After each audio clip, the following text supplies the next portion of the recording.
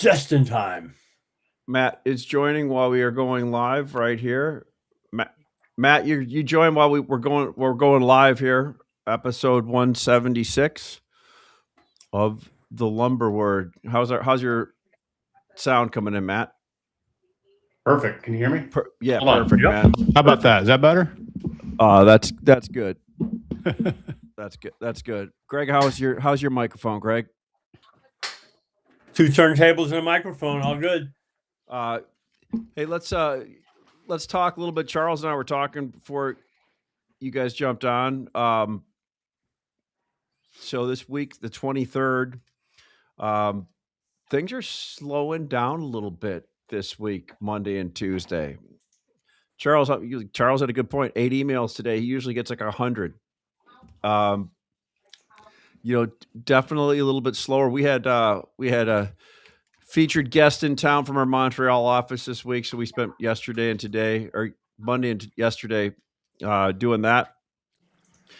We had more people in town this week, Ash, than we have in a year. We did. Had a lumber mill in, 2 lumber mills. One from Europe on Monday. Went downtown, had a nice steak dinner, and then Tuesday morning had a lumber mill in town. And then I hit the Rush concert last night. So for all you Canadians, I went and saw the Canadian super band Rush last night at the United Center. So all good there. So just quick update on the market. Man, I'm trying to think of something positive to say, but I don't have anything negative really to say. The market just kind of plodded along up until Friday for us and is kind of slowed down a little bit. We still have an order file we're shipping out of. Mills are in the throes of summer shutdowns still. The mill we actually had in on Tuesday mentioned to us, their production is down significantly year to year, and a large portion of that is stud production in Canada. We're recognizing that in prices. No pullbacks in pricing on offerings that we're seeing out of spruce, but wondering if that's a matter of time. I want to jump over to Charles. Charles, man, Southern Pine, I'm a little confused on it. Not sure what's going on. It just feels like it's kind of punk, and everybody's just, like you said, waiting for something to happen. Well, I mean, I think that's why everything's kind of slowed down over the past 4 or 5 days, because there's so much disconnect. And, if your best deals are anything you can put on a rail car go west to east right now. And you still have an issue of car availability, timing, etc. But if you look at the historicals, this is the time where we as a market kind of have a pressure release, right?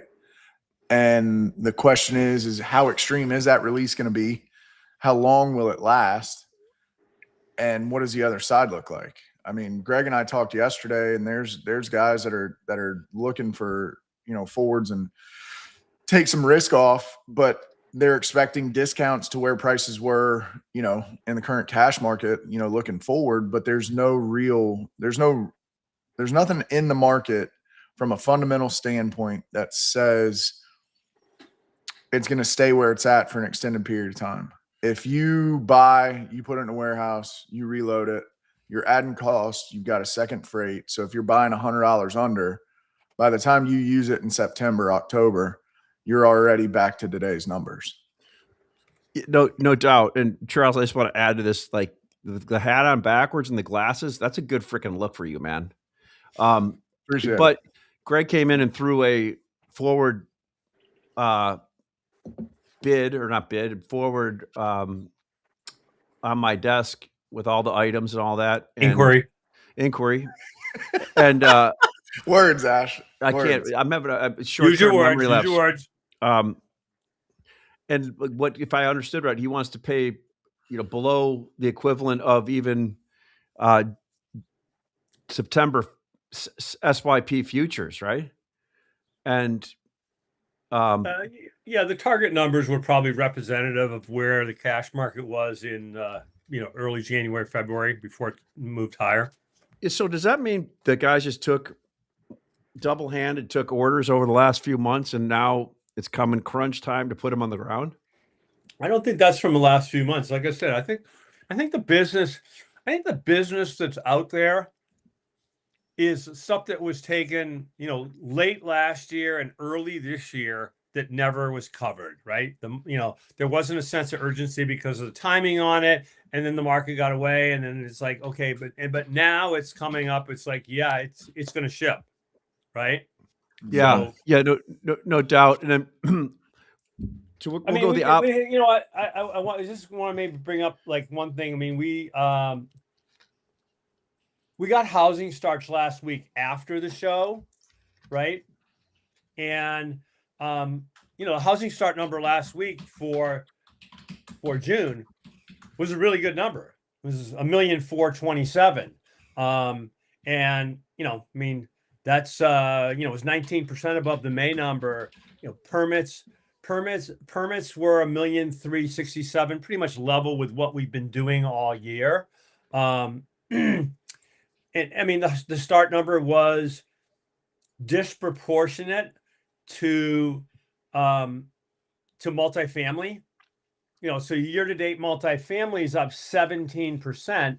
Year-to-date single family is down 5.3%, right? So, I mean, housing starts are flat, and we've said this for, like ad nauseum, month after month, is on the demand side, it looks like we're flat demand. People say, well, Greg, how can prices be up as much as they are? It is a supply side driven market. Yeah. I had a small little interjection on your going back a second about the guys holding orders and maybe they just have to step in. Well, here's the thing. It's not only that. There's more to it. There's jobs that have been postponed that have now started. And so, you can only push things back so far. These guys have been pushing this stuff back since February. And so a lot of stuff got released here in the last 3-4 weeks, and it's still being released. There's a lot of new stuff that's just shipping. Like our inventories are going down this week. So last week, my inventory was up. And really for the last 2 or 3 weeks, I've been kind of accumulating inventory. And Greg, you were doing the opposite. You guys were shedding. You said you were down 40%. Well, now I'm down 30 or 40% from where I was 2 weeks ago, and it's still dropping. I'm selling a lot of wood. So you guys are seeing a different picture than I'm seeing. I'm really busy. I'm selling lumber right now here while we're talking. I've got cars that I wanted to sell this week, and they're going away. And all the other cars that we seem to have wanted to sell in the room, whether they were trader cars or mill cars, they're going away too. The vast majority of our quote unquote potential problems are solved, and it's Thursday morning. So Matt, I don't think it's a bad market. I think it's a little bit of a trader's market with a lot of liquidity. You just have to have your mind right. If somebody counters you $10, just say yes and thank you and move on, But if they counter you $30, you can probably fight back a little bit. There's still some needs out there. That's kind of how I'm playing it, and it seems to be working like a charm. There's a lot of I'm very busy, Greg, quite busy. Is that business primarily west of the Mississippi? We're sending studs down to South Carolina. Charles, really? you know where Courtenay is? Because I don't. Where is Courtenay, South Carolina? Maybe I'm saying it wrong. How do you spell it? Courtenay. Courtney. Yeah. I don't even know where that's at. So, so that's what we're doing. I was looking at so what is that price delivered into South Carolina? And what is that, a 2x4, 8-foot or 9-foot? I don't remember what it was. It was just a couple cars that we sold that went down there that I honestly can't remember what item it was, but I was a little bit surprised that we're shipping lumber all the way from Oregon to South Carolina. And that seems to be kind of what's happening on a lot of Western lumber is going over to the east. It's going to the upper Midwest. It's going all over right now. It's going to the West. It's just going a lot of places. So, maybe we're just cheaper. Maybe we're just faster. I don't know. I guess I'll just, the interesting thing about that is there was a period of time we talked about it 2-3 months ago where, the hemlock, particularly 2x4 8s, but 2x4 9s and 2x6 9s were selling at a big discount into the Southeast and in Midwest and Southeast to spruce, and today, I mean, I look at it at, if I look at the print number, the index, it's straight. That number represents a fairly significant premium to the spruce number, at least on 92 and 5/8, 2x4, and 104 and 5/8. I'm not sure. 2x6, 104 and 5/8 are still very, very strong in the East. And so maybe that's the item that it was. That would make So one of my disconnects in the market is if I look at U.S. species, which, Matt, correct me if I'm wrong, production is relatively flat on that year to date. Yeah. It's trading at significant premiums to spruce right now. I mean, like, what would you say? Hemfer and Dougfir are delivered Chicago today. I think it's slight premiums. The 2x6 side of it on Hemfer and Dougfir is probably a real premium because we have the tallies that people want. And a lot of those tallies that people want, they can't find up in Canada right now. A lot of 18s and 20s, which we make tons of, and nobody else, in Canada, they don't really have a lot of them. So if they get them, they're worth a lot more. There's an example. On 2x4, it's the opposite. If you got a bunch of 18s and 20s, they're selling at a discount still. So, if you buy a random car with a bunch of 18s and 20s on it, you're going to save money compared to spruce on 2x4, but you're going to pay more on 2x6. And then on 2x10 and 2x12, how far the index doesn't represent the market pricing, because if you look at the index, Hemfer is arguably $50 over spruce right now on 2x4. Yeah, I would say $20 over. And if you, I heard some rumblings last week of some mills up in Canada taking like a 630 type level on Chicago basis on 2x4. We have not done that. No. So I don't. What are Hemfer 2x4s trading Chicago at? Depends on your tally, but if it's just a good random heavy 16, like 816 tally, probably 665, 675 Chicago, which is kind of where we're selling the spruce at. So it's close. And West Fraser's 630 Chicago today. Yeah. So I mean, we're just we're selling a slightly different product. Ours is a plus grade, so it's considered something different. But I'm just like commenting in general is U.S. West species seem to be stronger relative, given that their production is relatively flat, where we've got a significant decrease in production of spruce. Things that make me go, huh? Hey, real quick, the other thing that we had the announcement after our podcast last week was the Carrier mill curtailment in is that Alberta or Saskatchewan that one's out of? It's Saskatchewan. I can talk about that a little bit. I've got it's not till October with that mill. So yeah. I've known, so back in the fall when I negotiated the contract with that mill, they were motivated to do the contract with me because they had a bunch of fire damaged timber base that they wanted to harvest. And so that was, it fit what I was looking for, fit what they planned on producing.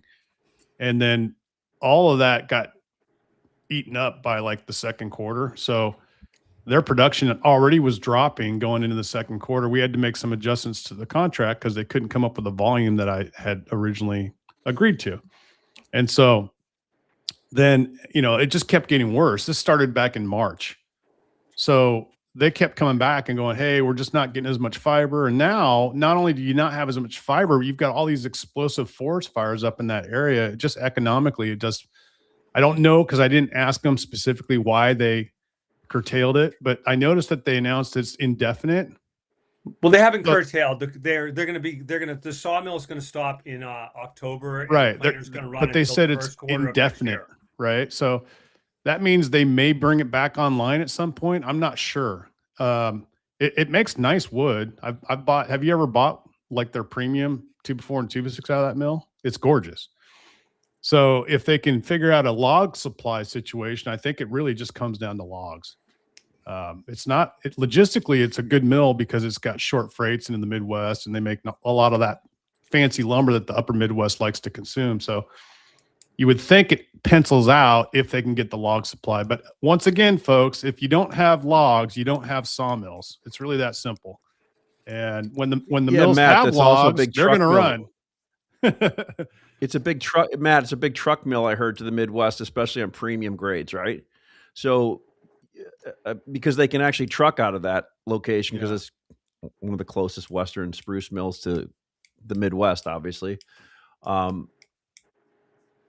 Yeah, that's interesting. Sad. I like Carrier. I mean, I've actually wanted to get Reg on the pod here a few times, and I'm still working on that. But like, you know, they're kind of like old school lumber company. They're one of the last sort of independents. Dunkley's like this too, right? Up in Canada, they're not big, giant conglomerates. And I've always been a fan of doing businesses with some of these smaller and medium-sized sawmills that are still privately owned and run. I think you can just, you know, you can do some interesting things back and forth with mills like that. So my theory anyhow. Yeah, I Greg, mean it's crazy when, you know, I was having a conversation yesterday with somebody, and, you know, when you think about Russ just put out some, you know, some data and whatnot. You know, I mean, you know, BC shipments to you know, US are down 50% from 2021 and almost 70% from pre-COVID. You know, that's just, I mean, that's shocking when you think about it. So, Charles, when I think about Southern Pine, I continue to see the wide spreads from the west to the east, right? I mean, $100+ spread on the index, which should Yep. should be able to make up for some freight, depending where you go, and particularly if you can take by car. And then I look at, I had a couple conversations recently with people about yellow pine futures, and you know, and the gist of that conversation was, you know, like everybody should be poking at it and you know, trying to, like, you know, see how it works for them, and that's how it'll ultimately, you know, get the better liquidity that we need for it to be a really viable contract. I mean, there is, you know, there's a lot of truss manufacturers that chew up a lot of pine 2x4, and they can't keep anywhere near what their forward risk is in inventory. And, you know, if you're a yellow pine, if you use yellow pine in your truss plant, you should be actively engaged in forward buying using the pine contract. yeah, but Greg, we have That's some my of the best. plug. We have There's some my of the plug. best. There's We my we have plug. some of the best buyers in the industry. So we're just going to buy our market. And Yeah. we had a conversation sitting around my deck the other night. Boy, about you got that. a nice deck, Ash. That's a big deck. Thanks a lot. I appreciate that. God, you got a big deck. And the thing was, when I was at a said company, one of our biggest customers on forward markets had a huge book of forward Southern Pine business because, you know what? They sold out up to a year on trust jobs. And private equity had them, and they loved it, right? Well, this company gets bought by somebody else, and they said, we're not going to continue that because we're a lot better buyers on pine. Like, well, it doesn't matter if you're a better buyer. This is just pure risk management. And it's crazy, right? It's like there was a private equity company with all the wonks and the you know, 3D BB computers all said, yeah, that we love that. That's great. You're taking risk off the table because we don't know where the market's going to be 6 months from now, and we can lock in margin. Somebody else buys them, and are like, we're just going to go cowboy, baby, and do it like that. It's crazy, right? So you're right. I mean, people need to figure. I just don't think people know You how know, to do it it. doesn't, I mean, you can be the best buyer. That's great. That just means you're going to pick up, you're going to pick up margin based on your risk profile. But to your point is, whether you're 6 months, 9 months, or 12 months out in terms of what your risk is, you can't physically buy enough, have enough on the ground to cover that. I mean, some of these guys chew up, if they have 3 or 4 weeks worth of pine inventory, that's a lot. Yeah. Right. I mean, it's hard. Charles, this. It's hard to buy 60, 90 days worth of pine inventory for space and for do you really want it sitting around that long in the weather? Oh, 100%. I mean, to your shameless plug of the contract, I mean, at the end of the day, you look at it from a There's very no simple shame. metric uh, of risk management, but it's also an opportunity cost, prevention tool as well, because you can control a lot more volume with a lot less money. And as long as you time it correctly and you have a constant flow of wood, whether that's contracts on the inbound or, you have a certain buying pattern that keeps you fulfilled every 14 to 20 days, it works. And to your point, that was one thing that we talked about when we were in Charlotte, was everybody just pick something, right? One small little piece of what they're doing and put it on the board and lay off some of that risk. But identify it, kind of pigeonhole it so you can understand how the real world works around that contract.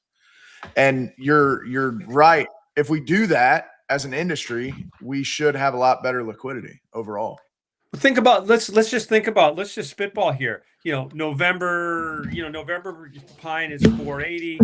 January pine, is 480.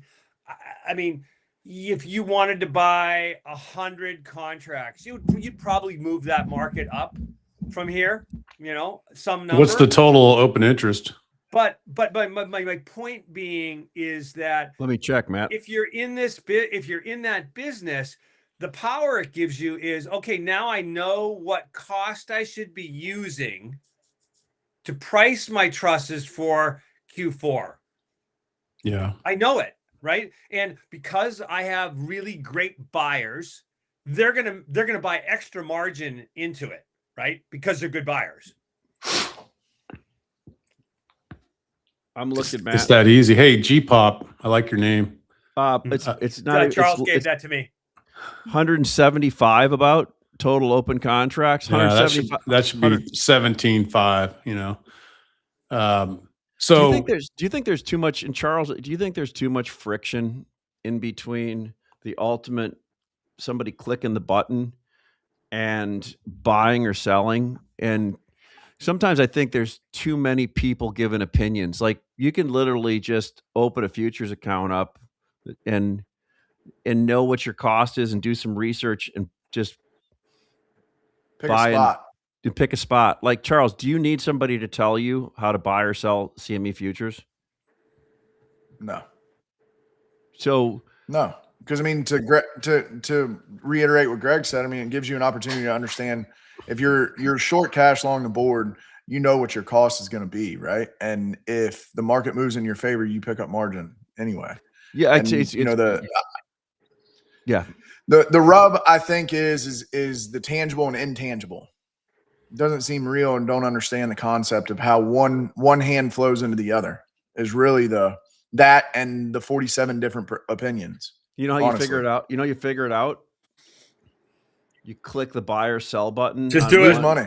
And figure out, like, there's no better tuition than losing money. Or making money. Unfortunately, 100%. If you make money on your first trade, you're probably that's a tough one. But I'll reiterate what I always do is like, if you are a hedger, and then this is specifically for an inventory hedger or distributor, it's far better to lose money on your futures than to make money. So speaking of that, I'm sitting in the office this morning. Very seldom do I beat Gregg in the office because, I mean, I don't know what you had going on last night, Gregg. I beat you in, and like, you never come in after me. I figured you were at the Rush concert. I was just glad you made the podcast. So I'm sitting in here and I hear him on the phone about selling something, and he comes in and he goes, like, Like, what do you think of the board in here, Greg? The spruce contract. Well, I mean, I've been on record for how many weeks now that 680 to 700's the target upside. We have had a $40 a thousand rally since the July contract went off the board, and so I kind of said, you know what, I think it's going to go there, but I don't know for sure. And I kind of looked and said, the board's gone from a kind of a no premium to a pretty good premium to spruce, $30-$40 premium to spruce, and that's probably some premium to the actual price that we own inventory at. And I said to myself, self, why not improve your position and sell some futures and hope you lose money, because we're only going to sell a portion of our position. And that's what I did. I did the same thing, but I did it for a slightly different reason. I just looked at. You don't want to lose money on it. Is that your reason? I always sell because I'm a hedger. Yep. And I agree with you. Hey, there's a premium in it. It's finally, instead of selling a discount, you can sell a premium. So that's point A. I agree. The second thing is that if a jobber came to me and said, "Hey, Beamer, I want you to sell me a bunch of 2x4 spruce for November shipment. I got a job coming up, November, December ship times." And I quoted him the board price, which was like $650, $655. And he said, "Yeah, let's do that." Okay, great. So then you'd have to buy back your shorts and buy it. I'm just saying that, wouldn't you, as a seasoned veteran, like to have fourth quarter sales at or near the highs of the year? I mean, whether it's studs or dimension. I mean, you guys talked about going out last week. You talked about selling 9-footers at -30, -40, -50 for the fourth quarter. I mean, you can sell at even par right now for the fourth quarter. So, there's another bit of math involved in why I think selling the board at 650 or 655.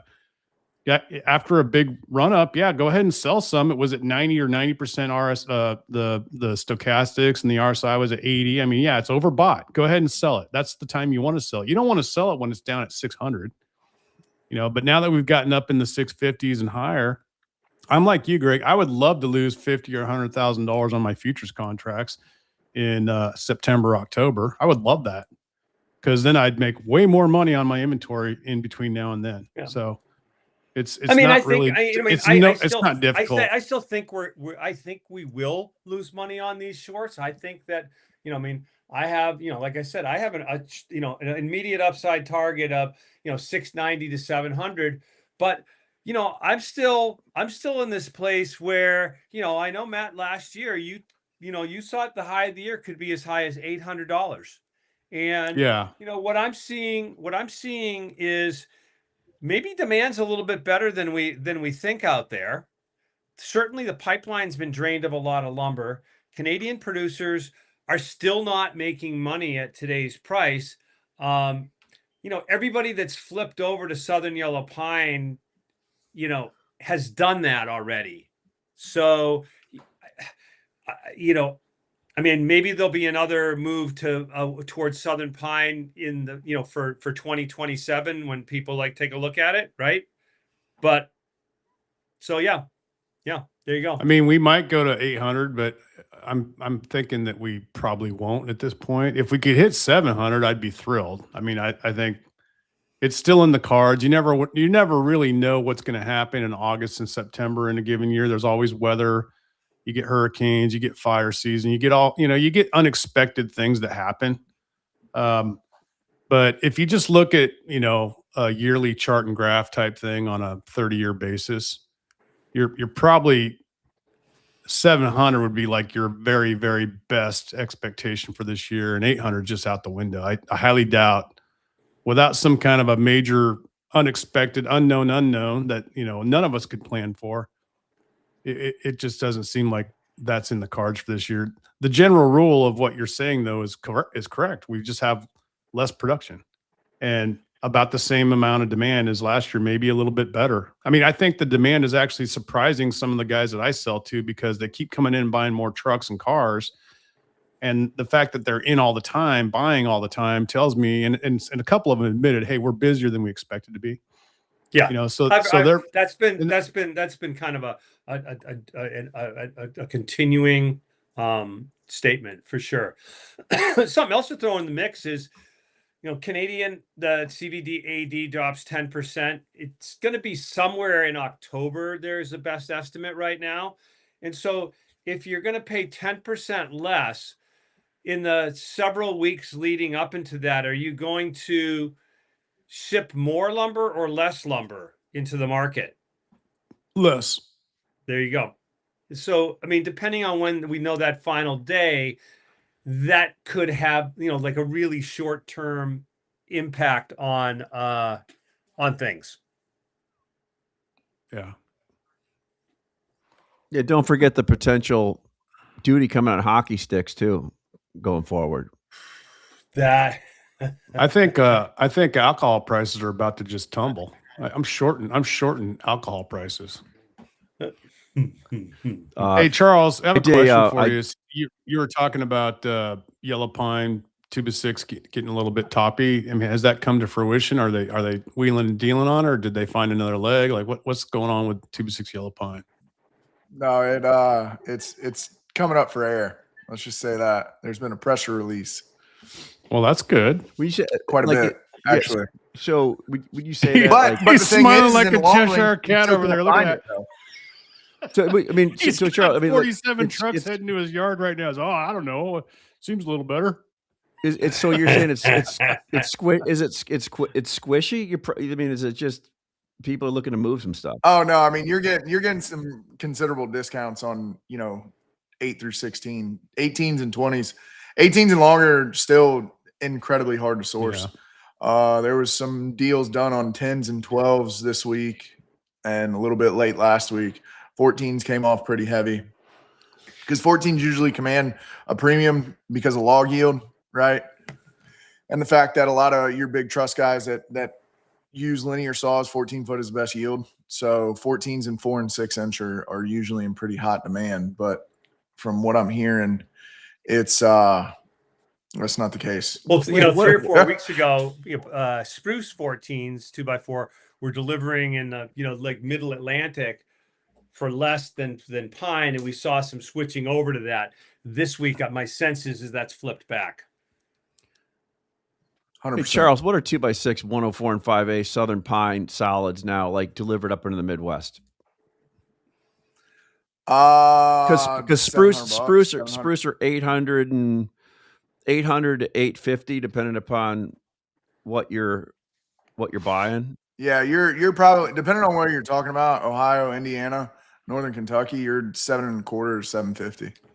And what's Hemfer 2x6 Matt delivered Chicago today? We haven't had very much Hemfer recently. I'd say probably in the Doug 725 to 745 range. Just I mean, off the top of my head. I mean, if you had it there, I mean that you could sell a lot of that into the East Coast because you're going to be delivering $50 to $80 under spruce, but you're not seeing much 2x6 Hemfer. We've had either WW or Doug Fir or ESLP. We had a little bit of Canadian spruce, but most of the Canadian spruce stays up in Canada. It's just a small mill, so if we can keep it local, that's the Fort St. James mill, right? What are 2x6 104 and 5/8 number 2 Doug Fir delivered Chicago today? That's a good question. Hold on, standby, caller. Let's have a look here. Because I heard you guys make a little bit of that. We do. We make a few. Doug Fir 9 foot number 2, about 675 ish. So there you go. So that's 100. I mean, over at least $100 1,000 below spruce right now. So yeah, that that would make sense that you're going to be getting that business into the Southeast. I think anybody that needs 2x6 should be buying Doug fir into the southeast. I'm Because sorry, that was 2 before 9 foot. 2 by Oh. 6 9 foot is 745. 745. Yeah. So you're still probably $50 Delivered under, where? Because everything Chicago. everything that we're selling is starts with an 8. Yeah, interesting. Yeah, Well, yeah, you know, 725. our phones are open. This is why people like the podcast for this kind of stuff. I think, this is the nuanced stuff. We're in the weeds. I mean, the big financial guys are like, yeah, okay. Can you give me a little bit more big picture stuff? But the traders out there love this stuff. I was talking to somebody yesterday that was asking about the podcast that did a quick interview. Somebody was Number one asking about podcast in the industry. That's what they were asking about. So one of the cool things about it that I told him is, first of all of us 4 that do it, it's great. And Matt, I was talking, they're like, give me a for instance of one thing that comes to mind that's pretty cool. We won't say his name or whatever, but there's a guy in the Midwest that listens to the podcast that, he's a good dude and he gives me orders because he wants to support us. Yeah, And that's nice. Matt sent me something. And the other day, we welcome all of those people that call up and say, "Hey, I love your podcast. What can I buy from you?" Well, those calls, I love Here's those POs. calls. I 100%. love those calls. Take my orders. And you know what? Because you make that call, we're probably going to give you at least a friendly 5. No, so my point is, I'm like, hey, are you talking? I sent something to Matt because he had an offering in Chicago. I'm like, are you talking to this guy? And Matt, this is when you go in your computer and look and see if you're talking to him, right? And Yeah, he's like, no. He's like, no. I'm like, here's his freaking name. Give him a call, dude. He'd love to talk to you because with all the shit, when I walked through his yard, I saw like some of your stuff, but some just you're probably he's got a little bit of selling, everything. All this Piled guy up. a bunch of stuff. He's great. Yeah. Good feedback, right? And Charles, same. Like I try to push guys toward you. You try to push people toward me. So like anybody listening to the podcast between Southern Pine, U.S. species, Western and Eastern spruce, forward pricing, and Southern Pine. I mean, hey, this is a plug for us. If you don't want to talk to a frickin' 25-year-old kid that doesn't know anything in the industry, which suit will someday, and just wants to. No disrespect to those kids. It's just dialing for dollars. No disrespect, Charles. And it's just dialing for dollars after he got hired as a waiter because there were some dudes from one of the groups out to dinner and thought he'd be a good trader, which is fine. People do that. Like the 4 of us here probably have more market knowledge to do whatever you need to do than like 100 combined people in the industry. You got to stop, dude. I'm going to have to jump off the pot here. This is terrible.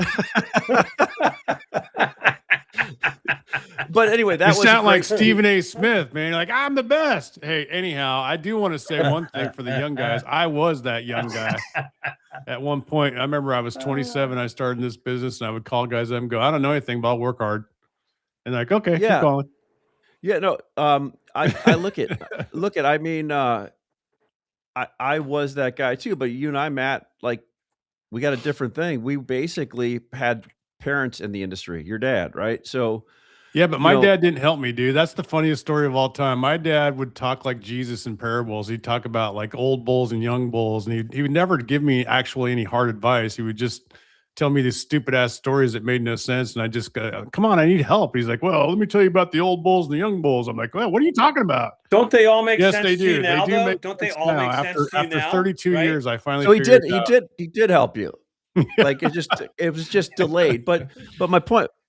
My point to the guy too, and plus on the pod, I told, and Gregg talked to a guy the other day that called him asking about hiring people, and the guy told him, I don't have time to train people, and it's very obvious from our industry when you talk to some people on the phone, they're not getting trained.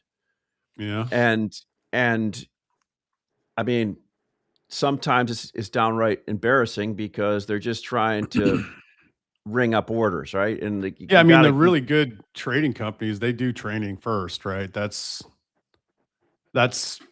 one of the features of the well-established trading companies. They do that. Now, if you're just hiring people and telling them to get on the phone. Like there's no red book anymore. So those guys are going to have to use, Google search or whatever. I wouldn't advise that. That's not the way to do it. People need some basic lumber knowledge. I remember when I was a rookie, one of the first things somebody did was take me out to a job site and explain to me what all this different lumber is used for. And I didn't know. I mean, yeah, now I learned. Okay, I saw a house, how they build it, and what's a rafter, and what's plate stock, and what are studs, and like it all started to click and make sense. So practical knowledge is there's two kinds of knowledge that are beneficial in this business if you want to be a trader in a commodity. One of them is practical knowledge, like what the use and consumption is of certain items and why they're made and how they're used, where they go. The other one is the economic side that Gregg and Ashley and Charles and myself talk about all the time in these sort of figurative ideas about forward pricing and risk management and all this other stuff. So there's those two things together make a good trader, right? And then you add time to that equation, you become a really good trader. So, but the starting point is practical knowledge. You've got to know your products. You got to know why things go where and for what reason, and who's going to buy them and who's not going to buy them. Otherwise, you're wasting your time. You're just throwing dirt against the wall. Yeah, Charles, I keep, Charles, you're an old soul, so I keep forgetting you're a young buck. I mean, you had to learn all this from pure just frickin' falling forward into it. I mean, that's the best. Honestly, I mean, you can have all the training in the world. The practical knowledge part is what I really focused on because, I felt like I could sell anything to anybody before I started IFB. Honestly, if I had a laptop and a phone, I can make money. But understanding where in a pickup truck. Do what? You didn't really have a mentor, did you, Charles? No. I mean, you're kind of a really one in a million type dude in this business. There's not a lot of guys that just jump in at both feet and figure it out and then build something like you have. It's not easy. It's been fun. Don't get me wrong. It is fun. A lot about life. Well, this is actually a really fun and rewarding business for the people that are in it. Now, if you go out into the cocktail party and then somebody asks you, what do you do for a living? Oh, I'm in the lumber business. They just turn around and walk away. It's like, yeah, it's pretty boring. Like, except during COVID, everybody wanted to talk about COVID. Hey, is there a shortage of lumber? Is there a shortage of lumber? Man, yeah, man.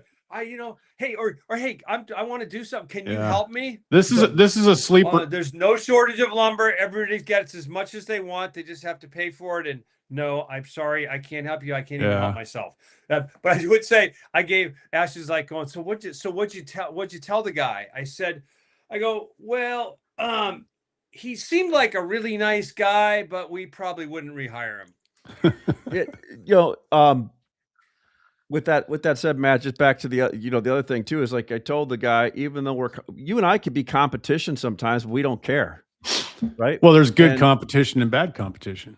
That's right. You gotta know the difference. Yeah, but my point was between the four of us here, we can cover every freaking need and species and thing that you do there, and probably either make you money or save you money in the long run. That's nice thought. That's my advertisement. That's my advertisement for ourselves. Gregg, I want to just ask you too. What have you been seeing in the mills you've been talking to in the East? Because I've got like offerings today from some of the Eastern mills, Matt, with more number 3 that I haven't seen in a while, and some studs showing up. But what are you seeing out there? I'm seeing because a lot of mills are curtailed this week, next week, and into the first week in August. There's a lot less pressure on mills. I also think that that's leading to, a slower pace because there's not a lot of energy at the mill level to sell because they don't have any pressure.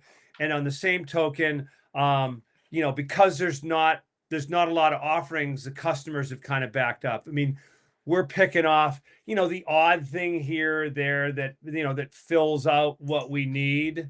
But, as you and I talked this morning, Ash, I mean, we've got some specials out on, things where we're trying to right size certain inventories and, certain places. Hey, we have excess of this item. Let's sell that. In this item, we have excess of this item. Let's sell that. And then there's a lot of things that we're really still tight on. 2x4, 2x4, 92 and 5/8, and trims were still really tight on those. I mean, interestingly, 2x6, which we had a big position in, we're relatively light, except for, we got a bunch of 14s in Chicago that we want to sell, kind of thing. MSR, we've got a nice position on that, and we're gonna sell some of that today. Now I got to go to the round of the rest of the guys and ask them what they've got. Opportunity for somebody out there in the Northeast, Mid-Atlantic, and even like farther west on some 2x12, 12-foot. We're looking for a guy that could use 4 or 5 trucks of 2x12, 12-foot European spruce. What was it again? Price to sell. What width? 2x12, 12. Oh, that should be easy. You'd think so. I mean, the 16s went the 16s went no problem. We mixed on It's premium, right? 14s, but we've got It's got a bunch of premium. Where's 12s. it sitting? I might be able to help. It's sitting in North Billerica, Massachusetts. We'll talk after. Matt, we finally sold our 2 trucks of finger joint studs that were sitting down in Fort Worth. Yeah, I was just going to ask you that. Like, yeah, we just Market's and topped now out. and now I've Market's gotten topped out I've gotten inquiry for like 7 people have called me back. Dude, do you still have those? did you send a claim form? No, it was sold on a note. It was sold on no claim. The guy that basis, bought no that claim. bought them said that I am selling them to somebody that you will never get them back. Okay, perfect.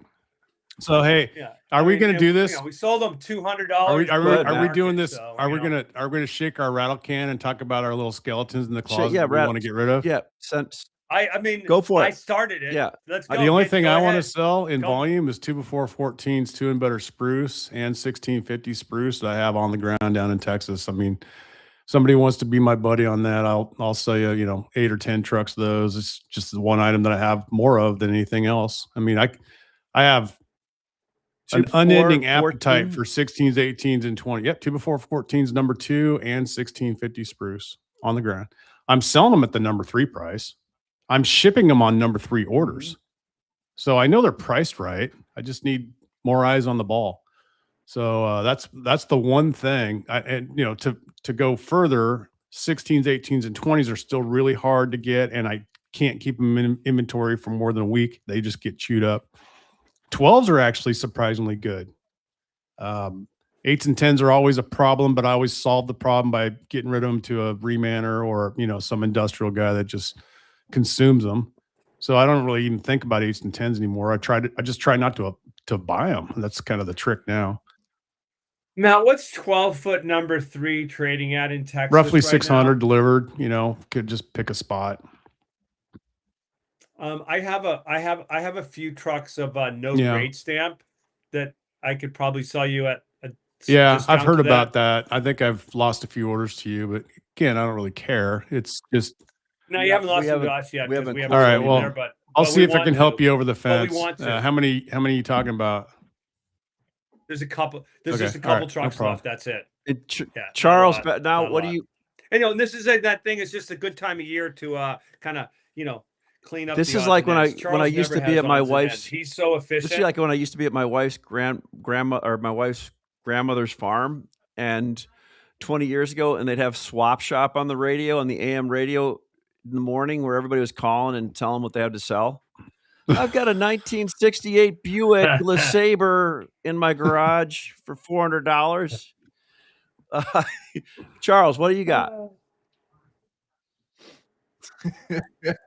I mean, we're always fishing Crickets. for trying to move volume on a forward basis in studs. I mean, it just is what it is, and continue to do it. Right now, there's people that want breaks, but I mean, we don't have a lot of odds and ends and weird stuff that we need to get rid of. I got a couple trucks of pine plate in Florida that I'd like to move, but nothing of huge concern. You're in good shape. Try to stay pretty Cool. clean. I mean, hey, right on. I think if anybody's interested in listening to a earnings call, I think Blue Links either is having their call today on their I'd be interesting to see what that comes out, because I would imagine they've been hitting it pretty hard with all this distribution going on. You think they're making good money? Don't know. That's why I want to listen to it. I'm or kind tune in of and see curious what's going on. because I've dealt with a lot of different Blue Links companies and locations over the years, and still friends with several of them. And every time I get in a plane and travel, I drive past a Blue Links yard somewhere. Yeah. And from what I've observed over the last several years, some of the Blue Links locations really clamp down on their inventory, like in terms of just they have a big yard with 10 or 12 acres and they only have like 2 acres worth of lumber. They might have a bunch of other stuff in there, like engineered or siding or something else, but it doesn't seem like those types of yards are real focused on sticks. Yeah. But then I go to a different place in a different location and they're full of lumber. They've got VMIs, they've got lumber stacked up all over the place. So I don't think it's uniform through the Blue Link system as to how each yard operates.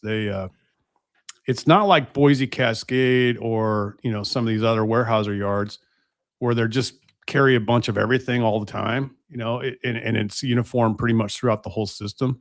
I've noticed that with Blue Links, and I don't know why, and it's none of my business, but I have observed that. Do Weyerhaeuser yards actually carry DC stuff like and buy on the open market? Pardon me? Do Weyerhaeuser distribution? Weyerhaeuser? Do they actually? Yeah. The 7 or 8 that are on the east side, or eastern part of the U.S. Yeah, no, they can and they do. I mean, from what I know.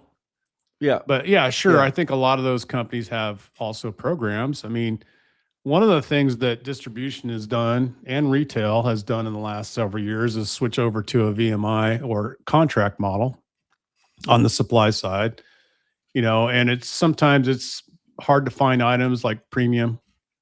It could be finger joints. It could be some things that are sort of specialty items, but sometimes it's just sticks, like just regular old gut ball 2x4 and 2x6 tune better. So the volume of open market business today is a lot less than it was 10 or 15 years ago, but then the volume of open market lumber being offered is less too, right? There's fewer mills to talk to, and there's a lot of mills have gone away from the laissez-faire capitalism business model to sell to the highest bidder to now having half their production sold already before it's made. Well, Matt, the perfect example. I mean, this is one thing, like what we do, Charles, Matt, ourselves, we take large positions and pay for it and put it on the ground, right? Mills love that. Little Bird told me this week that some of the big trading houses are actually hiring people to go out and interview some of these mills why they won't sell them. Or why they're having a harder time selling them. They're actually going out and having a consultant call mills and say, hey, why won't you sell people that try to back and flip stuff? And I mean, I have my own reason for it, because they want people to buy what they have and put it on the ground and distribute and change something that they can do themselves, right? I'm not saying they are doing it or aren't doing it. But I look at it a little differently. I mean, what are you offering to the sawmill? No, good point. Yeah. What do you? I mean, flip it around. What makes you different? Why should they want to sell you? What makes you different? Here's a good lesson in young traders. Hey, what makes you different than the other young traders sitting next to you? Why would a mill want to sell you? What do you bring to them? Right. So flip the script. Find a reason that you're valuable to a sawmill, and then go keep doing more of that, and then build your career that way. If you're always thinking about what can I do to, ingratiate myself with a sawmill, you're going to start thinking like they do, and you'll understand their problems, and maybe you'll come up with solutions for their problems that are different than what they know, that you can now tie into their business, and they'll see you as an asset, as a reason. I want to sell this guy because he does this and he does it well. Matt, just call Beamer, just call Ashley, just call Charles. Charles has got a chop saw selling those 14s.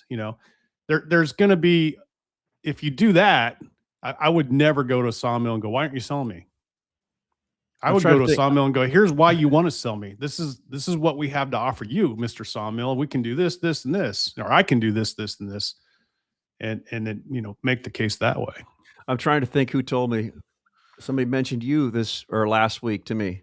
Like, Matt goes down to Texas like 4 times a year and goes in and out of all his customers' yards and visits distribution. So he literally knows all the time what they're doing, right? And that's kind of, I mean, a lot of people don't do that. I mean, like, and it takes a lot of time on your, it takes a lot of time away from the, they always say you look at days away from home and you want less of those, especially when you have kids and all that. Yeah. You put your time in doing that, man. I mean, that goes back to when I was a young trader. I wanted to visit all of my sawmills and all my customers. That was my goal from the age of 27 on.